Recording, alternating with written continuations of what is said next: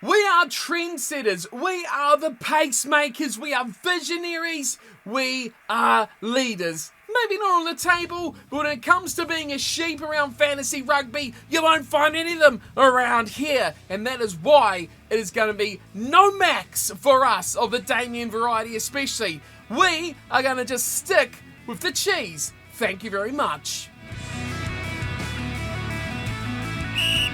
What is going on, team? I hope you're all doing well and welcome back along to your home of rugby and another weekend of fantasy. Super Rugby Pacific is coming yours and my way, and I cannot wait for another round of Super Rugby. Round 1 was fantastic, and maybe our fantasy team didn't go too well, and maybe the mighty Highlanders didn't go too well either, but in terms of watching rugby, it really was an exciting weekend to open up the competition. Speaking about the rugby and speaking, of course, about fantasy, that is why we're here today to look forward to round number 2. But before we do that, here's a little recap of how my team went in round number 1. So it wasn't a fantastic week by any stretch of anyone's imagination. We picked up 456 points.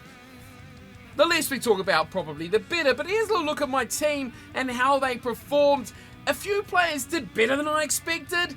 A number of them did worse than I was expecting. Guys like Quinta Pye were a bit of a dark horse for having a good performance, and I thought they played pretty well. Unfortunately, my captain, Massey, went off injured in about the hour mark in his game for the Drua, so didn't really get a chance to stamp his mark. Guys like Lolosio, Yossi especially were disappointing. I felt Tui Pulotu and Namia didn't have great performances well for the Blues and the Hurricanes. Let's not even talk about Andrew Callaway. If you're wasting a back 3 space on a passenger that picks up less than 20 points, well, you know where he's going this week. Straight in the bin. But overall, fairly happy with players like Ricky Riccatelli went nicely as well. I thought Papali'i was solid enough. Roygaard showed glimpses of what he might be able to do. Jordan was really good, as you'd expect. And Savia did, well, just what Savia does, and you'd expect similar things from him week in and week out. So overall, not great, but could be worse. At least we got all of our players getting points and starting in the right teams. Of course, let me know how your team went in the opening round of Super Rugby Fantasy in the comments section below. Hit me up on socials, or of course join our Discord as well if you want to enjoy some banter around rugby, and of course join the conversations around what's happening in not only Super Rugby but the Six Nations and the MLR and all global competitions. All the convo is happening right there on Discord, so come hang out there and join the conversations. But if you're not in our league, that is another thing you should be hooking up with as well in our fantasy competition, because you could be one of these lovely chaps. And here is our top 10 on the opening round in our league, where we have a mid-20s odds, 24, 25 teams in the competition. No, I'm not last, but I feel like I need to make a league of just me so I can always be number 1. It is, though, a big congrats to Nate22, who smoked it in the opening weekend, picking up 654 points. Well done, Nate. Big congratulations to you. 10 points further up from the Southern Hawks, who picked up 644, and Wing and a Prayer grabbing down in third with 632. Honourable mentions go to Wolfgamer John and Blues No Clues, who wrapped out the top 5 in 4th and 5th position respectively. The rest you can see on screen there. Well done to everyone in the top 10. You had a great opening weekend. Now, can you keep it up?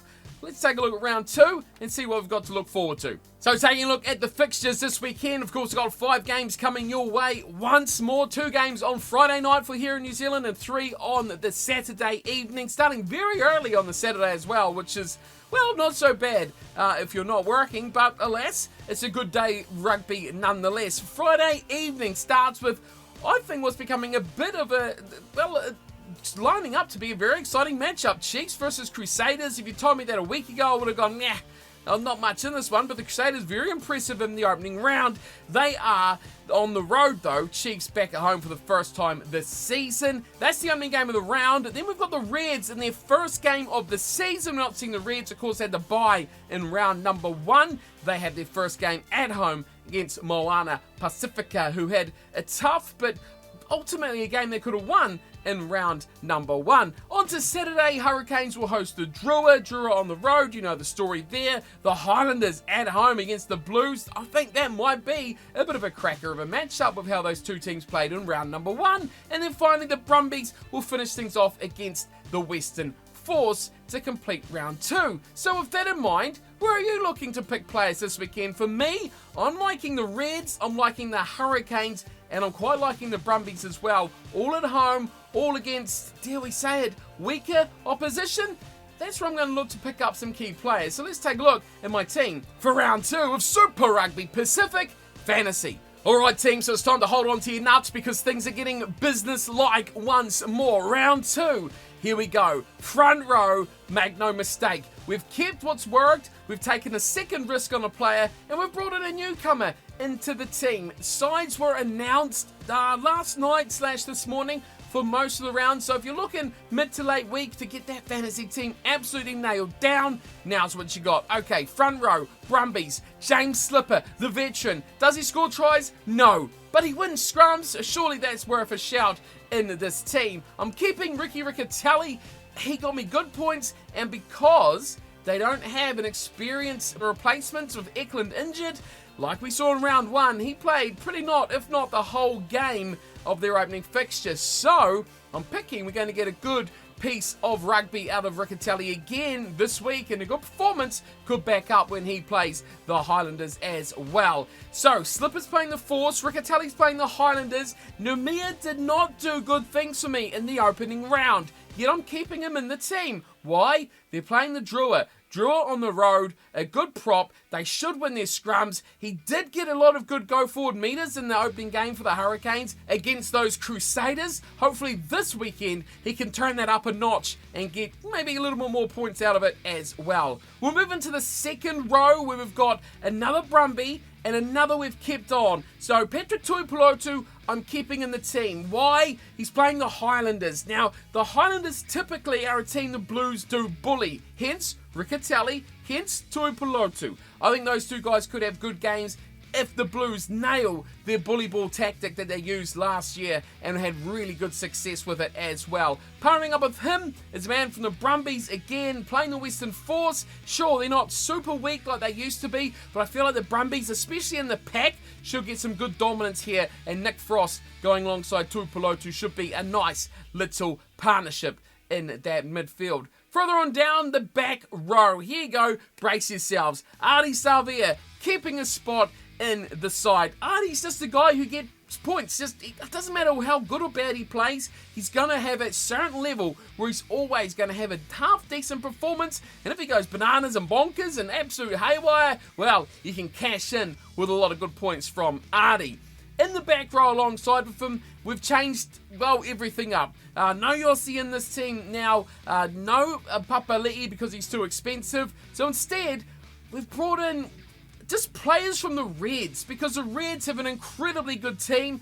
First game this weekend, can they step up to the mark though? Fraser McWright is one man who always, much like Artie, plays at an extremely high level. If his team can match that high level, he is going to be an absolute danger. And to wrap up, someone a little bit cheaper, someone a little bit workhorsey, it is Duplessis Kirifi. Not his greatest fan, but this is a guy that plays good minutes. He makes good tackles, and he makes good post-contact meters as well. He's always in the hard yards, he's always in the dirty stuff of the forwards, and he's a punishing, hard-running sort of player. If I get just a middle road sort of score out of him at 20, 30, 40 points, I'll be really, really happy. And I'm looking for those other guys to just go completely bananas and rack up a whole pile of points for our team this weekend. So, Duplessis, please don't get any yellow cards this week, because I know you like to get them.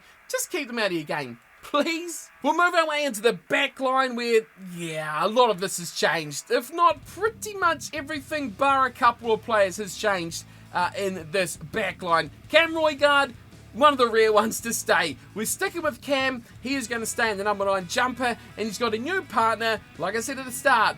We're just cheese. We've got no Mac round here. Not a chance. The prick's too expensive anyway. We're going with Tom Liner because the injury list of Super Rugby right now is incredible. Lolosio, who we had last week and was ultimately disappointing, would have been good to keep him in the team, seeing as the Brumbies are playing the Force, but he's got a concussion. He's out for about 3 weeks as well. So there's a whole host of players missing with injury that's just got worse as that first week's gone through. So we're going with Line at a start at 10. Again, against Moana, I feel like he should play pretty well going up against Garden Bishop, who played okay for Moana, but I feel like Line is a guy who should run rings around the veteran, especially in that first receiver sort of channel, and look to make absolute menace of himself, especially with his midfield partner, who we've got in the team as well this week. Josh Fluke will start in my midfield. Alongside him, another Australian in Len Ikitau going up against the Western Force.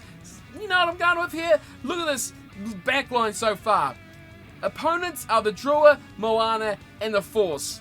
We've really tried to pinpoint games where teams should have a real cracking chance of getting a lot of points and racking up the scores if things go their way. So the midfield of Fluke and Ikitau, expecting big things there, because the midfield options, honestly, I think are looking pretty light throughout Super Rugby. That moves us to the back three, which look anything but light when you compare. Guys like Tamo Folau would be one I'd love to have put in there as well. Tavatava Naiwai playing in midfield, but deserves it as a chance as a back three player. You name it, there's so many who could go in. Tom Wright is back in the lineup as well for the Brumbies. There's just an absolute plethora of players that could be in this back three lineup. Narawa's back in the starting lineup as well. I mean, they're just everywhere. Jock Campbell's back for the Reds. So many quality players. Not to mention that Hurricanes winger down here as well, Finneganofo, who was, I think, sublime for his $4.5 million that he's worth. If you want to bolt it, that kid's got the goods, and I expect big things from him, but it's hard to go past the Crusaders pairing of Mr. Super Rugby Sevu Reece and just Mr. Phenomenal Will Jordan. You're taking up 2 spots straight away. Sevu Reece is getting my captain's armband this week as well, because the guy's just a freak. He just is so much better than everyone else at this level. It's just a shame he can't quite elevate himself above internationals, or he would be absolutely world class. But Sevu Reece, big things from those two against the Chiefs. There's going to be a cracking game as well. And we'll wrap it up with Corey Toole, the final of the 15 from the Brumbies, again against the Western Force.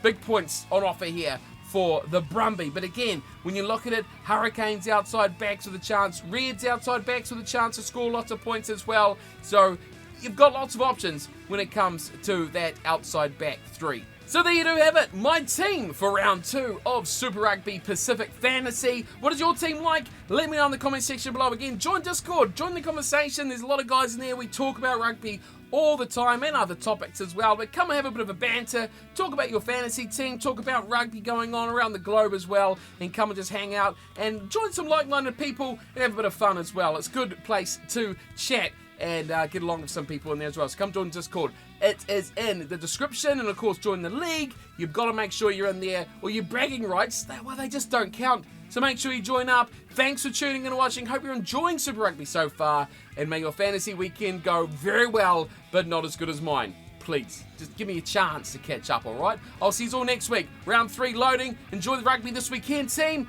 and I'll see you all next time. Take care.